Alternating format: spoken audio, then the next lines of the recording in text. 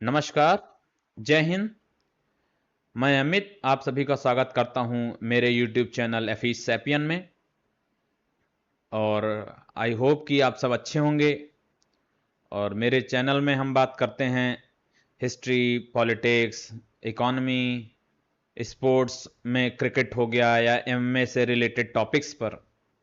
और इसी तरह का एक टॉपिक आज मैं लेकर आया हूं।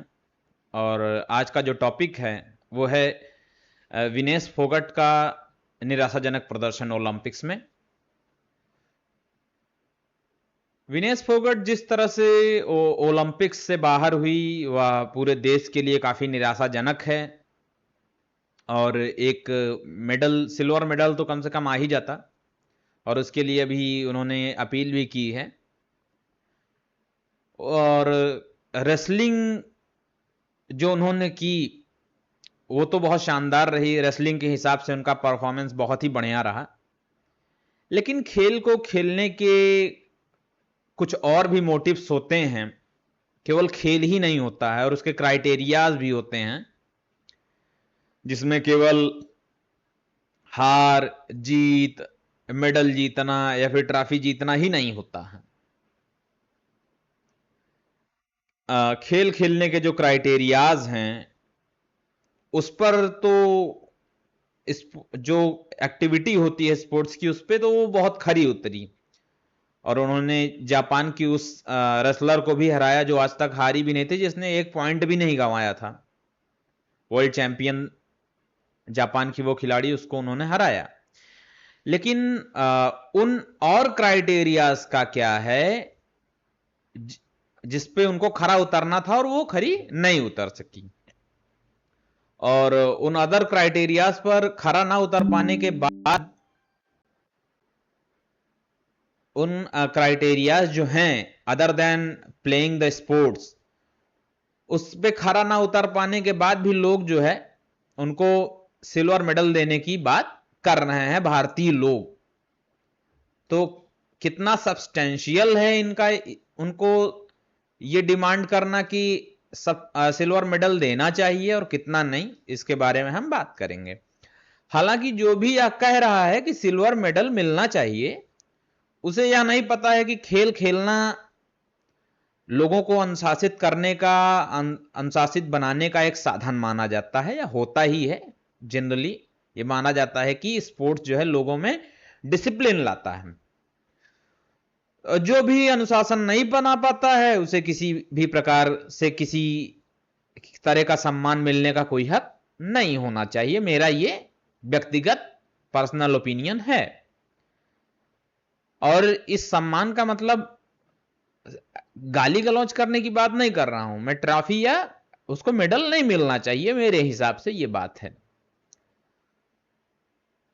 तो मसला यह है कि विनेश फोगाट जो है उस अनुशासन को बना नहीं पाई, इसलिए उनको डिस्क्वालीफाई कर दिया गया। चाहे जितना भी अच्छा खेली हो वो, लेकिन जो सीमा होती है, जो गाइडलाइंस होती है, जो रूल्स होते हैं, उसको उन्होंने फॉलो नहीं किया। अब यह मैटर नहीं करता है कि उन्होंने जानबूझकर किया या अनजाने में किया। स्पोर्ट्स के खेलों के कुछ नियम हैं, कुछ रूल्स हैं और उनके हिसाब से ही पार्टिसिपेंट्स को चलना होता है। अब चाहे विनेश का वजन जो है 100 ग्राम ज्यादा रहा हो या फिर 200 ग्राम या फिर 1 किलो ज्यादा रहा हो। 100 ग्राम ज्यादा था तो लोग कह रहे थे कि केवल 100 ग्राम ही तो ज्यादा है। 200 ग्राम ज्यादा होता तो लोग कहते कि 200 ही ग्राम तो ज्यादा है। 1 किलोग्राम ज्यादा होता तो लोग कहते कि 1 ही किलोग्राम तो ज्यादा है। तो जंतर मंतर पर जो अभी बृजभूषण सिंह के खिलाफ प्रोटेस्ट हुआ, उसमें से बढ़ चढ़कर हिस्सा लेने वाली जो विनेश फोगाट हैं, वो अपने नेचुरल वेट क्लास जो उनका है 53 किलो का, 53 केजीज का, उसमें वो क्वालिफाई नहीं कर पाई। अंतिम पंघल ने उसमें जो है उनको हरा दिया था। और इसके बाद उन्होंने जो 50 किलोग्राम वेट क्लास है उसमें क्वालिफाई किया, जो उनका नेचुरल वेट क्लास नहीं है। और जब इसमें उन्होंने क्वालिफाई किया तो अब उनका जनरली वेट, अब लोग समझते नहीं हैं, पर 1-2 किलो का बहुत फर्क पड़ता है। तो इससे यह पॉसिबल था कि इस वेट क्लास में विनेश अपने जो उनके अपोनेंट्स थे उनको आउट क्लास कर सकती थे, आसानी से हरा सकती थी, और उन्होंने किया भी। इतने मजे हुए जापानीज रेसलर को उन्होंने, जिसने अपने लाइफ में एक पॉइंट भी नहीं गंवाया था, उसको उन्होंने हराया। तो अपने विरोधियों को आसानी से हराने में तो उन्होंने उसको आसानी से हरा दिया। मेरा मानना यह है कि भारत जो है वो खेल खेलने की परंपरा वाला देश नहीं है। भारत खेल देखने की परंपरा वाला देश जरूर है। यहां पर लोग खेलों को खेलने की बजाय देखना ज्यादा पसंद करते हैं। भारत में खेलों में पार्टिसिपेशन की जगह एंटरटेनमेंट को ज्यादा तरजीह दी जाती है। लोग पार्टिसिपेट कम करते हैं और उसका मनोरंजन के तौर पे ज्यादा इस्तेमाल करते हैं। भारत में खिलाड़ियों की, या आप ये देख लीजिए, जैसे कोई मूवी स्टार है तो उनकी व्यक्ति पूजा या नेता की भी होती है। साउथ में आप देख लीजिए, एनटीआर हो गए, या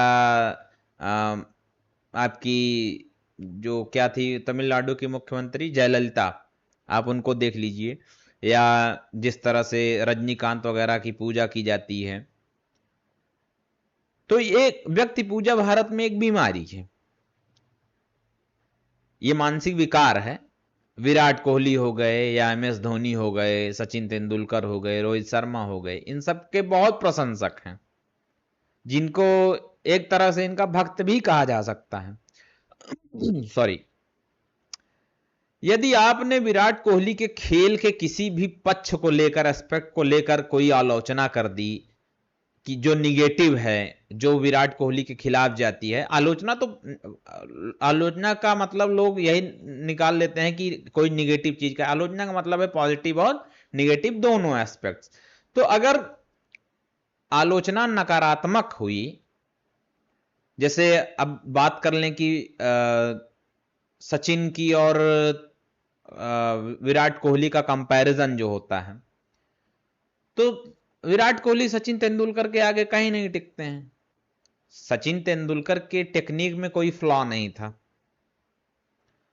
और विराट कोहली सबको पता है, जग जाहिर है कि फिफ्थ स्टंप की लाइन पे वो जो है उनकी वो वीकनेस है, उस पे आउट होते हैं।